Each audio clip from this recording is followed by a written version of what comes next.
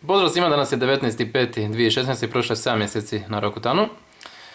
Ovaj tjedan je bio dosta dobar, osim sušenja usnica i lica kao po običaju, već sam i dosadio s tim.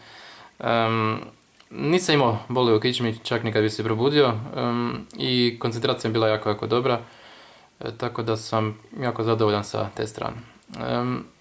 Sada sam još uvijek na 50 mg, možda dignem za jednu desetku, znači na 60, ali jer mi je 50 već dosadilo, mogu bi tako reći, a ne znam, budem vidio već idući tjedan možda. Možemo sada zoomirati. Dakle, brio sam se prije nekih možda 10 minuta, 10-15 minuta, tako da